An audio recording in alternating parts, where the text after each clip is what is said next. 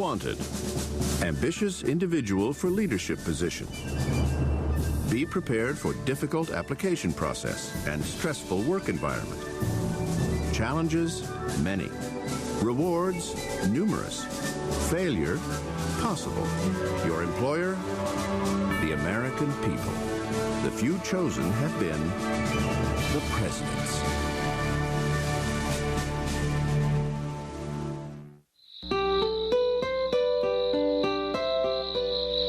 During the first years of the American presidency, serving as Secretary of State was the stepping stone to the White House.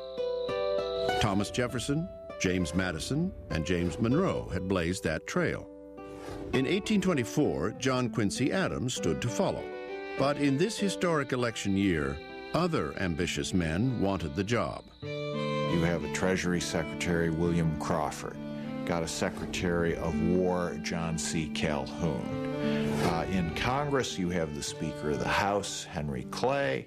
And there's also a rising national hero, Andrew Jackson, the victor of New Orleans, Old Hickory.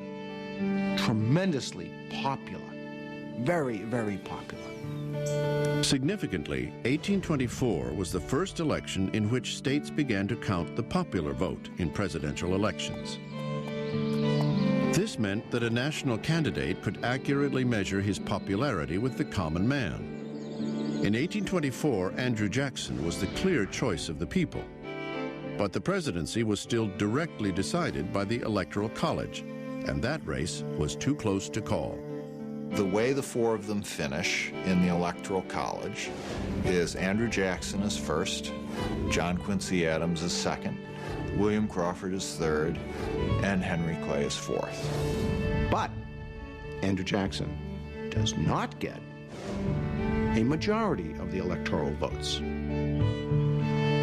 Now, according to the Constitution, the top three go to the House of Representatives, which must pick among them. So Clay is dropped. But of course, Clay is the Speaker of the House of Representatives. The unknown quantity in this election is Henry Clay. Then William Crawford had a stroke. So the contest came down to two men, Adams versus Jackson, with Henry Clay presiding from the pulpit of the House of Representatives. Clearly, some deal was made. The House picks John Quincy Adams on the first ballot, and John Quincy Adams picks Henry Clay as his Secretary of State. Now, Andrew Jackson screams bloody murder at this, and he says this is a corrupt bargain. It is a scandal. It is a scandal. And John Quincy Adams enters office under this terrible cloud of this corrupt bargain.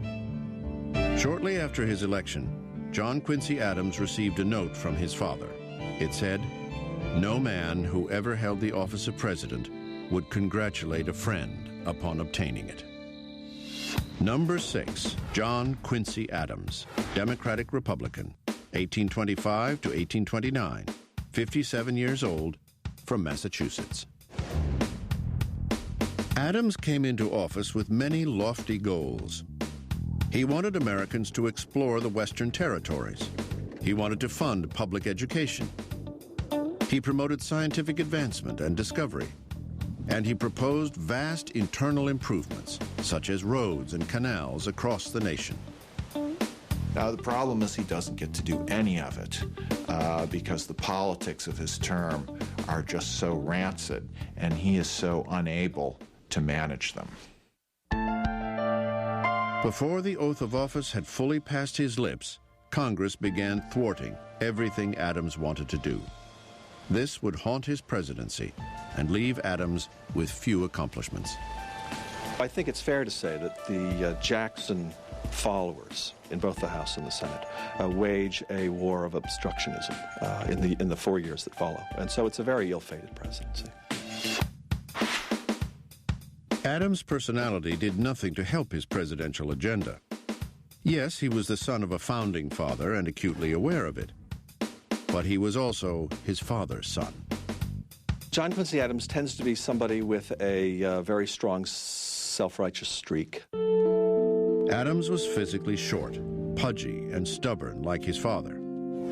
And like Lyndon Johnson, he was a skinny dipper, although Adams took his morning swim in the Potomac River. He was also the first president to wear long trousers instead of knee breeches.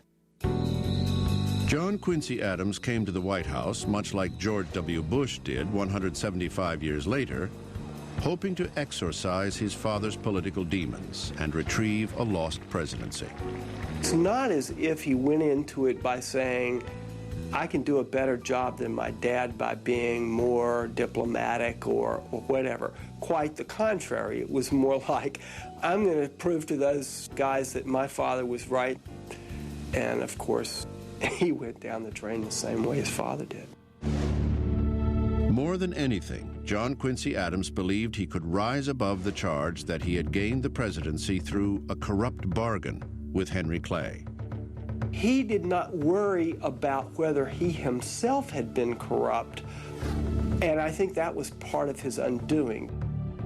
Seeking to prove his political purity, Adams refused to play the patronage game in Washington. This meant he would not hire people who were for him or fire those who were against him. The result was devastating. John Quincy Adams endures probably 4 years of what may be the most miserable presidency that any president has ever experienced. It is 4 years of unremitting attacks on him by the Jacksonians. In 1828, John Quincy Adams ran for a second term. But once again, Andrew Jackson stood in his way. In this election, American political opinion was sharply split. Those for Adams, who believed he deserved 4 more years, and those for Jackson, who believed their man had been robbed in 1824, the victim of the corrupt bargain. The one person who believed the charges absolutely, utterly, was Andrew Jackson himself, and he went home swearing eternal revenge, and he got it. The election of 1828 was the dirtiest campaign in history. I don't think there's any question about that. It was brutal. Jackson campaigned on his impressive war record. He was the hero of New Orleans, the conqueror of Florida, and a bona fide veteran of the American Revolution. But Jackson's past also included some unsavory behavior, which the Adams camp brazenly exposed. They accused him of being a gambler, a military tyrant. John Quincy Adams called him a barbarian.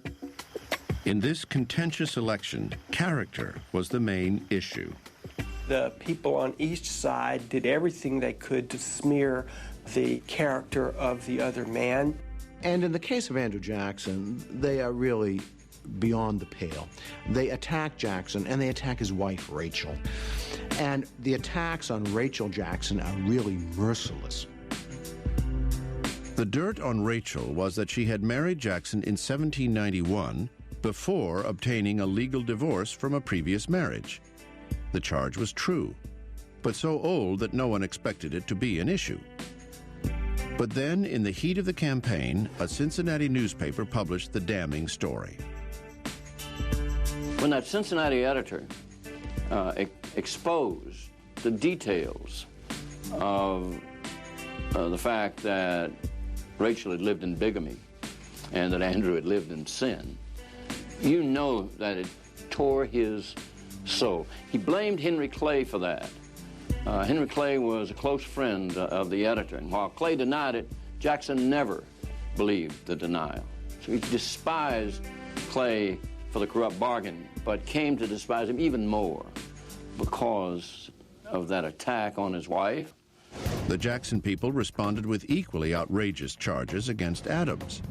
They would reply that he lived with his wife before they were married. He provided a young American virgin for the pleasure of a Russian czar. He bought a pool table for gambling devices, broke the Sabbath. Important issues concerning government were ignored. Instead, campaign rhetoric focused on the personal lives and character flaws of the candidates. What kind of a human being do you want to be in the White House? Do you want somebody whose wife is a whore, which is essentially what they accused Mrs. Jackson of being? Or do you want somebody who pimped for the Tsar of Russia, which is what they said that Adams had done? I have to say this. The things that the Adams people said about Jackson were mainly true. The things that the Jackson people said about Adams were lies. In this election, the truth hardly mattered. Jackson's popularity with the common man proved to be overwhelming, and he won in a landslide. But the joy of victory didn't last. In December 1828, after buying her inaugural gown, Rachel Jackson died, suddenly, of a heart attack. She was 61 years old. This was a cruel blow to Jackson, and it would shape his presidency. Andrew Jackson is reputed to have remarked on the occasion of her death that he did, in fact, forgive all those who had attacked him personally, but that he would never, never forgive those who had attacked his wife. As for John Quincy Adams, he, like his father, was not gracious in defeat. He refused to attend Jackson's inauguration. Instead, he went home to Massachusetts.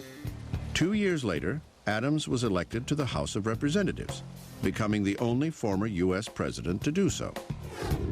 In this role, Adams would be an outspoken congressional leader in the fight against slavery. That work, not his presidency, would become his greatest legacy. John Quincy Adams is the first president to have his photograph taken. He sat for this photo in 1843.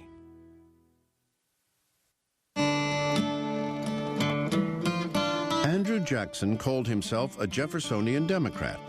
Thomas Jefferson called Jackson a dangerous man. Thomas Jefferson didn't like men who bordered on fanaticism, and Jackson seemed to him to be, at best, uncouth and at worst dangerous. But when you get right down to it, Jackson clearly was a lineal heir to the Jeffersonian legacy.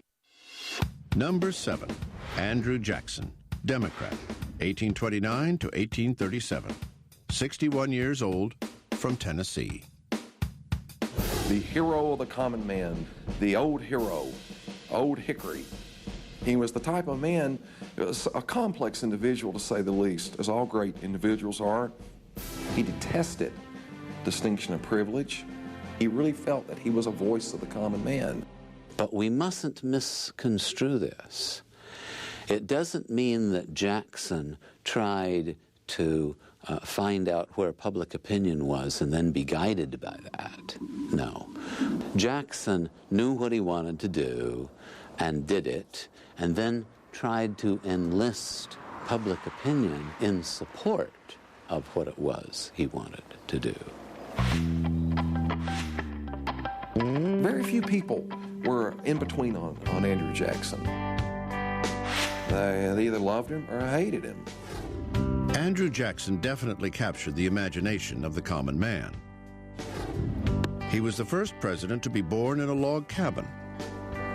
He asked to be called General, not Mr. President. He chewed tobacco and smoked a pipe. He was a barroom brawler, a passionate Indian fighter, a gambler who brought his own racehorses to the White House, a duelist with 2 bullets in his body. A man who would fight at the drop of a hat, a man who considered personal honor above all else. He would challenge you to a duel or cane you in the public street if you said anything that reflected on his character, his honor, his integrity. He also had a furious temper, but he knew how to use it as a management tool. He would slam his fist and yell and scream, and then afterwards, when everyone left, he would look to someone and says they thought I was mad, and this was to get his way. I think a psychologist would have found him a troubled man and would probably have recommended medication, but he wouldn't have taken it. If politics is personal, it's very, very personal for Andrew Jackson. And it's possible to look at Andrew Jackson's presidency as a war against a number of individuals. Jackson's war began the moment he took office. Invoking the adage, "To the victors go the spoils," Jackson simply cleaned house, firing his enemies and hiring his friends. By doing so, he created the spoils system in Washington. But established Washington society, he soon learned, would not be conquered in a day. First month in the office, what does he come up against? The Battle of the Petticoats. This was an embarrassing scandal that erupted over the social status of Margaret Peggy Eaton, wife of Jackson's Secretary of War, John Eaton. She, like Rachel Jackson, had dated her future husband while still married to another man.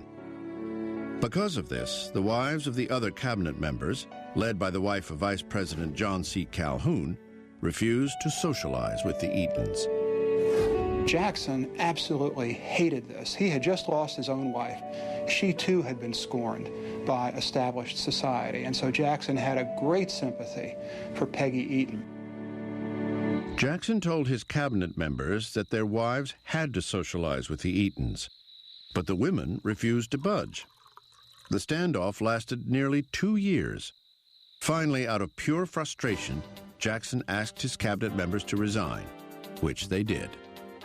I think that one incident alone, his inability to manage his cabinet, indicates a lack of judgment, a lack of administrative ability, a lack of skill. He managed by strong will and by punishment. After the Peggy Eaton affair, Jackson placed no trust in his cabinet secretaries, whom he regularly hired and fired. He went through 4 secretaries of state. He went through 5 secretaries of the Treasury, and so on. He was much more inclined to work through a group of informal advisors. This group of personal friends and political confidants soon became known as Jackson's kitchen cabinet.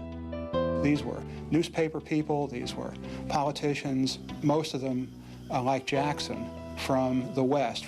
Friends who got their name because they were said to come in the White House through the kitchen door. Other presidents had relied on personal friends for advice, but never to the extent which Jackson did. This angered his critics, but he didn't care. Jackson was determined to change Washington and America, and he did so with lightning speed. The first major piece of legislation that he recommended and got passed was the Indian Removal Act of 1830. This act empowered Jackson to forcibly evict all the Indian tribes living east of the Mississippi River. 5 Indian nations were directly affected: the Choctaw, Chickasaw, Creek, Seminole, and Cherokee. Of the 5, the Cherokee tribe, located in Georgia, chose to fight the eviction in a surprising way. Instead of going on the warpath the way their fathers and grandfathers might have done, this generation of Cherokee Indians took Georgia to court. The case went all the way to the United States Supreme Court. In an historic decision, Chief Justice John Marshall ruled in favor of the Cherokee, saying they did not have to move. But Andrew Jackson thought differently. Jackson said of Marshall, he made his ruling, now let him enforce it. The result was that they were rounded up at gunpoint and forced to move. Their property was seized, and they were forced west. Of course, on the Cherokees' forced march, about 1 out of every 4 Cherokees died en route, which is why they call it the Trail of Tears. It is, without a doubt, the most controversial decision Jackson would make in his career, and is one of the saddest chapters in American history. Soon after issuing the Indian Removal Act, Jackson faced a dangerous issue that threatened the fabric of the Union: the South Carolina nullification crisis. South Carolina was angry about the high federal tariff on imported goods, which helped New England at the expense of Southern planters. In response, South Carolina declared it had a right to nullify the federal tax. The person who articulated that theory of nullification most clearly was John C. Calhoun, Vice President of the United States. Jackson might have been more amenable to the argument that the tariff was too high, but he hated Calhoun because he thought he was a personal enemy, and Jackson thrived on personal enemies. From a political standpoint, Calhoun believed Jackson would support him. They were both Southern planters, but Jackson's personal hatred of Calhoun precluded any political sympathy. Instead, he responded with force. Jackson threatened to have a civil war. He threatened to raise an army, go into South Carolina, hang John C. Calhoun from the first tree. Calhoun was said to have been genuinely scared for his life. But fortunately, cooler heads prevailed. South Carolina backed down, and Congress modified the tariff. As for Jackson, he made it clear that he was the supreme leader of the nation, and that the Union was not going to fly apart under his watch. When Andrew Jackson ran for president in 1828, his opponents called him a jackass. Jackson liked the image so much, it became the mascot of the new Democratic Party. 1832, the last year of Andrew Jackson's first term, was a pivotal year in his presidency. After fighting petticoats, Indians, and secessionists, he suddenly faced his most daunting enemy, the Bank of the United States. The bank war was absolutely the central political controversy of his administration. The bank war began in the summer of 1832, when Congress, led by Henry Clay, renewed the bank's charter, even though it wasn't due to expire until 1836. Clay pushed the bill through for political reasons and presented it to Jackson on the 4th of July. It's not immediately clear that Andrew Jackson has a problem with the bank. But once Henry Clay involves himself in the bank recharter, then suddenly it becomes a battle royal that Jackson has to involve himself in. Henry Clay was also running for president that year, and he was supported by the president of the Bank of the United States, a man named Nicholas Biddle. Both Clay and Biddle believed they could force Jackson to sign the bank bill. If he didn't, Clay would crush his bid for re-election. But the old general outflanked them. He's told that there is a cabal between Biddle and Henry Clay, and once Jackson thinks of the bank in those terms, then this is something that absolutely has to be vanquished in his mind. It becomes, in his term, the hydra-headed monster. He said to Van Buren, the bank is trying to kill me, but I will kill it. Typical of Jackson, he personified the bank fight by waging war against one man, Nicholas Biddle. Jackson saw Biddle not only as his own personal enemy, but the enemy of the people. The United States of America wasn't big enough for both Andrew Jackson and Nicholas Biddle. And Jackson wanted to make sure that it was Biddle who lost power. Jackson vetoed the bank bill, returning it with a simple yet powerful note in which he stated, "The bill to continue the Bank of the United States was presented to me on the 4th of July. Having considered it with that solemn regard to the principles of the Constitution which the day was calculated to inspire, and come to the conclusion that it ought not to become a law, I herewith return it to the Senate, in which it originated, with my objections." Nicholas Biddle called Jackson's veto a manifesto of anarchy. Jackson called it his mandate for re-election. Jackson saw this as an opportunity to strike out for the power of the ordinary citizen by smashing what he called the monster bank. He saw it as an absolute mandate of the people that he was right and the bank was wrong. In the end, Jackson's popularity won out. He crushed Clay in a landslide, then immediately moved on his mandate to close Biddle's bank. The bank still had 4 years left on its existing charter, and Jackson said, I don't want to wait 4 years. In the summer of 1833, while Congress was in recess, Jackson ordered his Treasury Secretary to redirect federal deposits from the Bank of the United States to various state banks. It was a very audacious move, in part because it wasn't even clear that what Jackson wanted to do was legal at all. His first Secretary of the Treasury wouldn't do it. He replaced him. The second Secretary of the Treasury wouldn't do it either. He fired him. So he went through 3 Secretaries of the Treasury before he installed one who would withdraw the money the way he was told. And when that was done, Jackson's enemies absolutely went ballistic. It was a power play of ultimate dimension. When Congress returned and found out what Jackson had done, they censured him for his actions. The first and only president to be censured. As soon as the Democrats gained control of the Senate, however, they had the censure not merely rescinded, not merely repealed, but expunged, as if it had never taken place. By 1836, the Bank of the United States was dead. Unfortunately, Jackson did not have a substitute for the Bank of the United States, and this would cause a lot of problems in Martin Van Buren's administration. Andrew Jackson's presidential legacy is, perhaps, the most complicated in American history. Without question, he changed the presidency, giving it more power by imposing his will on the economy, the government, the landscape, and the people. And by doing so, he forged the future of the nation. Jackson was the only president where a whole age would be named after him, the age of Jackson.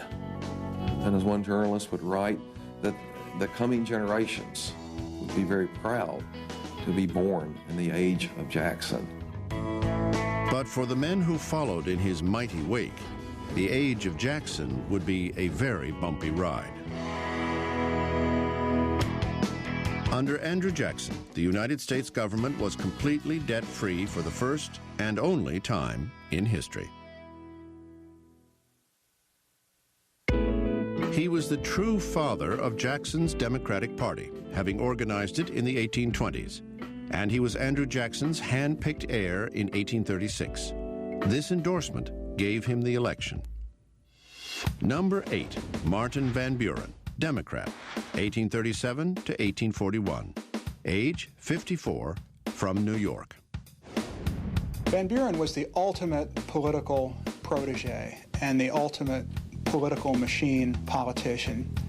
The skills he had as kind of a backroom political organizer were great at making him a builder of a political party, but did not serve him so well in terms of actually leading the nation as president. Van Buren loved the good life, and I think, in a way, that he wanted to treat the White House as a kind of reward for a lifetime of hard work. Unfortunately, history didn't cooperate. He got branded with a reputation that was almost entirely undeserved, and that is he got the reputation of being somebody who was a kind of wannabe aristocrat and was decorating the White House with gold-edged faucets and golden goblets and things, none of which was true. But Van Buren conducted himself in such ways that it seemed like it might be true. He's seen as a man who is characterized, at least anyway, by his enemies, as an effete dandy. A man who perfumes his whiskers and who wears a corset. It's not the kind of image which is really going to work very well in the rough and tumble world of American politics of the 1830s and the 1840s. When Van Buren took the oath, he certainly inherited the high hopes of Jackson's presidency. But he also inherited the financial ruins of Jackson's bank war. No sooner is he inaugurated than the Panic of 1837 begins. Van Buren got socked right off the bat with having to respond to an enormous crisis of unemployment, of bankruptcy, of economic depression in all its ways. And it gets progressively worse as time goes on. In fact, there's another panic in 1839. The one in 1839 was even worse. It was caused fundamentally by a glut in the cotton market. And of course, cotton production was the backbone of the American economy. So when the price of cotton collapsed, the American economy collapsed. No president had ever had to deal with anything like this before. I don't know that any president would have been up to the job, but Van Buren certainly wasn't. As a man who had spent his entire career straddling the fence on issues, Van Buren was incapable of making tough decisions, such as the annexation of Texas. He ducked that question, fearing it would inflame the brewing slavery issue. As for the ailing economy, he had no real plan.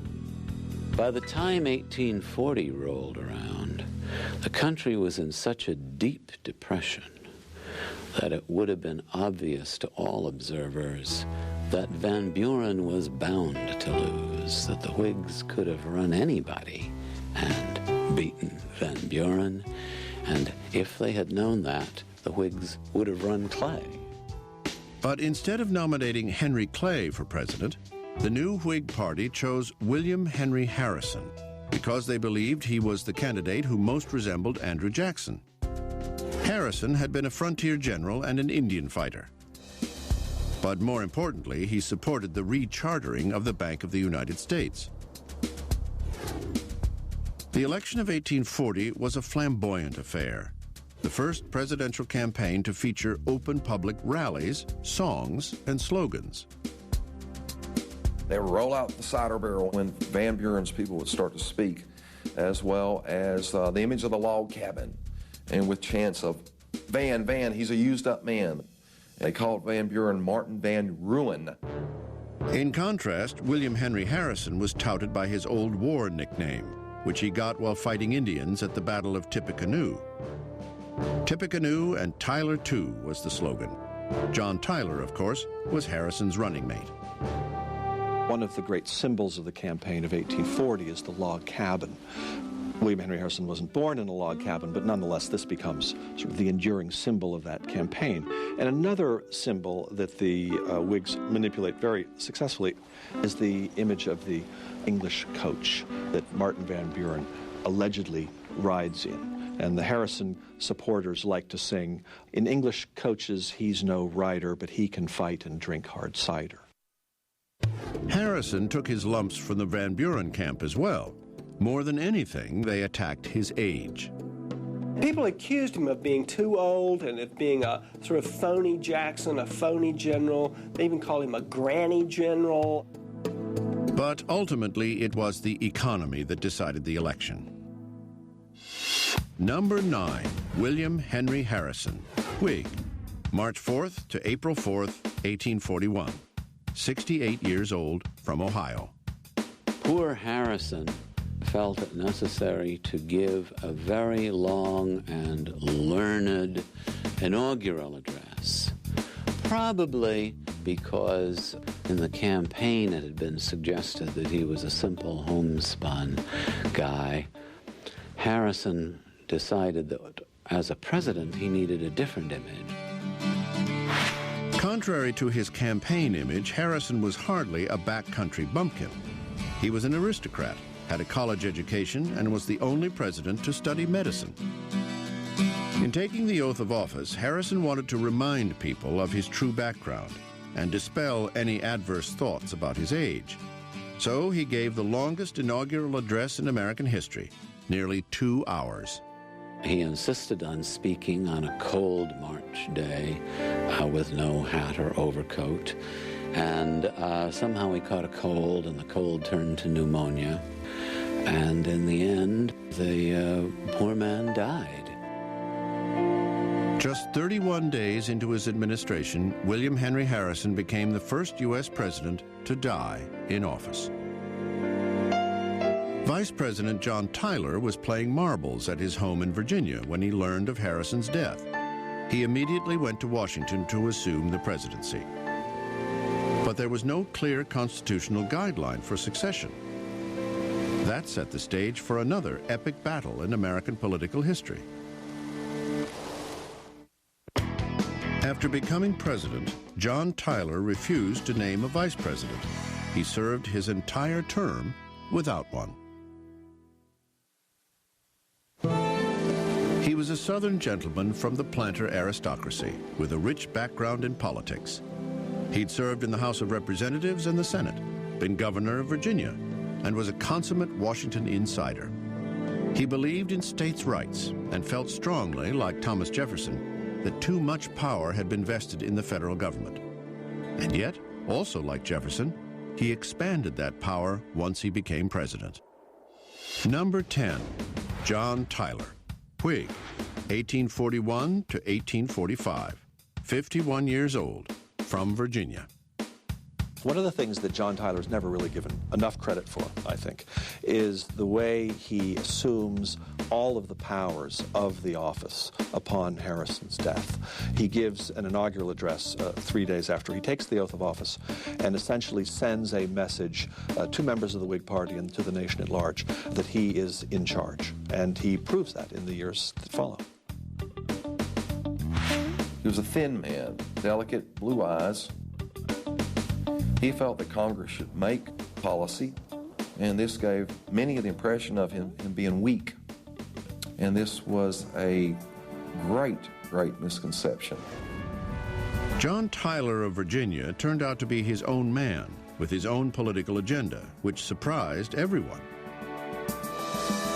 This became apparent from the get-go when Tyler faced immediate challenges to his newfound authority. He was derisively called His Accidency, or His Ascendancy.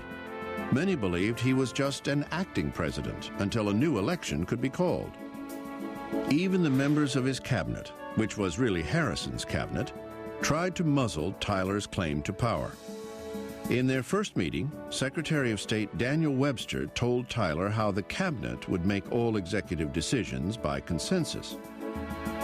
To that, Tyler responded by asking for their cooperation or their resignations. For the Whigs, this was devastating. Harrison had promised to push Whig bills through Congress, including a new charter for the Bank of the United States. But Tyler didn't share the Whig view. What happens is really unprecedented, and I don't think it's ever happened since. The Whigs passed 2 laws authorizing a new national bank, and both of them were vetoed by President Tyler. After the second of these vetoes, the Whigs held a meeting at which they expelled President Tyler from their party, and from then on, Tyler was a man without a party. Politically isolated in the White House, Tyler pressed the business of the nation, while imposing his will and skill as president. One of the things that Tyler's not really given credit for is his foreign policy achievements. You have the Webster-Ashburton Treaty, which is really a historic treaty between the United States and Great Britain. This treaty settled the disputed border between the United States and Canada, which was still a British possession. You also have the annexation of Texas, which is very, very controversial. Tyler took it upon himself to sign a treaty with the new Republic of Texas. But the treaty was immediately rejected by the Senate. That didn't stop Tyler. He cleverly asked for a joint resolution of Congress, and that passed. Unfortunately, it didn't improve Tyler's sagging political popularity. I don't really think there was any chance for Tyler to win a second term. He certainly thought about it. I think he wanted it. But the Whigs would have nothing to do with him by 1844, and the Democrats just simply didn't trust him. So he gracefully bows out. It becomes clear that the Democrats have nominated an expansionist like James K. Polk. In the fall of 1844, Americans elected a new president, a dark horse candidate whom nobody anticipated, but everybody embraced because he pledged to finish the work that Andrew Jackson had started. Number 11, James K. Polk, Democrat, 1845 to 1849, 49 years old, from Tennessee. The best way to understand Polk is to understand Jackson. Polk saw himself as someone who was going to fulfill this Jacksonian doctrine. What would Jackson do? This is the mantra that Polk seems to repeat almost every day he's in office. The Polk administration, in effect, bookends the age of Jackson. He came into office with ample Jacksonian credentials and then achieved a whole series of Jacksonian measures once he got in office. In many ways, he's perhaps more of a Jacksonian than Jackson is. He believes very, very strongly in this idea of a level playing field for the American people. I said that Jackson and Polk were wedded at the hip and the head, and I think they were. I don't think if you and I sat down to dinner with the president of our choice, James K. Polk would come in the top 25. I think he was a great president, but that doesn't mean that he was a likable man. He also was quite a devious man. In contrast to his personality, Polk was probably the most accessible president in U.S. history. The White House, for all intents and purposes, in the 1840s is a community center for the rather small village of Washington. The Marine Corps Band plays on the White House lawn every Wednesday, and this is open to the public. Polk also makes himself available twice a week to American citizens, and all that was required was to knock on the White House door and to give your card to the steward and to wait your turn. Polk really does see himself as the first servant of the people. Polk is often called the hardest working president in U.S. history. He was known for his long workdays and had gas lights installed in the White House so he could work through the night. Polk was a hands-on micromanager as president. For example, he was the first president to really get deeply into the budget. He was the first president to tell all the heads of all the departments, look, don't send your budget requests straight to Congress. Send them to me. More than anything, James K. Polk wanted to fulfill the ideological promise of Andrew Jackson's presidency, what was then being called America's Manifest Destiny. He embodies it, this idea that the United States has a providential destiny to expand westward is something that he accepts implicitly. To Polk, Manifest Destiny was more than an idea. It was his presidential mandate. Polk had 4 goals, which he was dedicated to achieving in his 4 years as president. He said he would only serve 1 term. He wanted to settle the controversy between the United States and Great Britain over the Oregon Territory. He wanted to bring California into the United States. He wanted to set up an independent treasury to fix the credit mess that had prevailed since Jackson.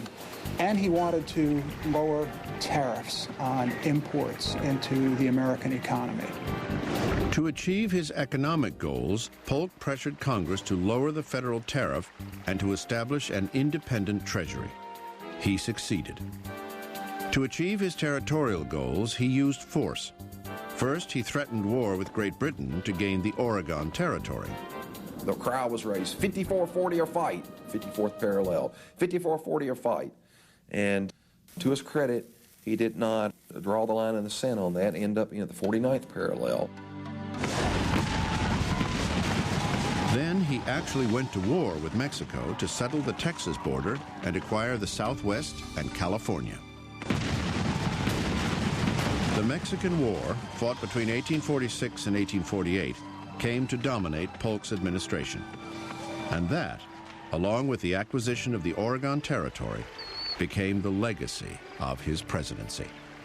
People don't remember, I'm sorry to say, that Polk's greatness as a president has to do directly with the fact that in 4 years, he did take the country from just west of the Mississippi all the way to the Pacific Ocean. From sea to shining sea, a ringing phrase, Polk gave it to us. He made us a continental nation.